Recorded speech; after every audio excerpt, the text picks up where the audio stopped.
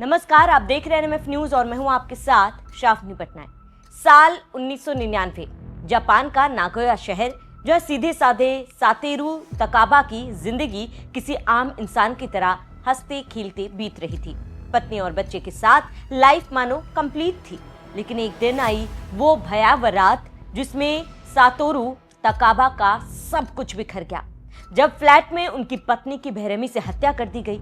बात जापान की एक ऐसी क्राइम स्टोरी की जिसमें 26 साल बाद कातिल का सुराग मिला और कातिल तक पहुंचने की अहम कड़ी बना एक फ्लैट जो इतने साल तक देश में कानून बनने का इंतजार कर रहा था। सातारू तकाबा और नामिको तकाबा की लव मैरिज हुई थी। शादी के बाद दोनों का एक बच्चा हुआ। एक दिन नामिको और उनका बच्चा फ्लैट में अकेले थे। कोई अनजान शख्स घर में घुसा और धारदार हथियार से वार कर नामिको की हत्या कर दी। लेकिन हैरत की बात यह रही कि उनके बच्चे को हाथ भी नहीं लगाया, यानी कातिल के निशाने पर केवल नामिको थी। जब सातारू घर में दाखिल हुए तो सामने पत्नी की खून से लथपथ लाश पड़ी हुई थी। नामिको की हत्या के उन्हें अंदर तक झकझोर दिया। वो बुरी तरह टूट गए थे, लेकिन साथ ही खुद से एक वादा भी किया। वादा किसी भी हाल में पत्नी के कातिल को पहचानना और सलाखों के पीछे पहुंचना। ऐसे हालातों में ज्यादातर लोग शारीरिक और भावनात्मक रूप से आगे बढ़ जाते हैं, लेकिन तकाबा ने ऐसा नहीं किया। इसके बजाय उन्होंने हर महीने उस खाली फ्लैट का किराया देना जारी रखा, साल दर साल, ताकि अपराध स्थल बिल्कुल उसी अवस्था में सुरक्षित रहे। उनका विश्वास सरल लेकिन अटूट था। एक दिन विज्ञान इतना आगे बढ़ गया कि सच्चाई सामने आ जाएगी। 2025 के अंत में उनका ये विश्वास आखिरकार सच साबित हुआ। पुलिस ने क्या किया? पुलिस ने मामले की तहकीकात की, कई लोगों से पूछताछ की, कुछ सबूत भी जुटाए, लेकिन कातिल तक नहीं पहुंच पाई। इसकी एक वजह तकनीक और साइंस भी है। 1999 में जापान में साइंस ने इतनी तरक्की नहीं की थी। ब्लड सैंपल, डीएनए और फॉरेंसिक की मदद से हत्यारे का पता लगाया जा सके। समय के पन्ने पलटे, कोई गिरफ्तारी नहीं हुई, यहाँ तक कि कोई संदेह के घेरे में भी नहीं आया और मामला ठंडे बस्ते में चला गया। फ्लैट छोड़ा लेकिन किराया देते रहे तकाबा। पत्नी की मौत के बाद तकाबा ने वो घर छोड़ दिया और बच्चों के साथ दूसरे इलाके में रहने लगे। हालांकि सबूतों के नष्ट होने से बचवाने के लिए सातेरू तकाबा फ्लैट का किराया देते रहे। 26 साल में उन्होंने लगभग $1,45,000, भारतीय रुपए में अगर बात की जाए तो करोड़ों में इसका खर्च हुआ है। 26 साल तक उस फ्लैट में खून के धब्बे, पैरों के निशान और उस रात के अन्य सबूतों को छुआ तक नहीं गया। इस वजह से फ्लैट की सफाई भी नहीं करवाई गई। ये अपार्टमेंट एक तरह का समय कैप्सूल बन गया। तकाबा ने समय से आगे सोचा। उन्हें उम्मीद थी कि भविष्य की फॉरेंसिक तकनीकें वह कर पाएंगी जो अभी संभव नहीं था।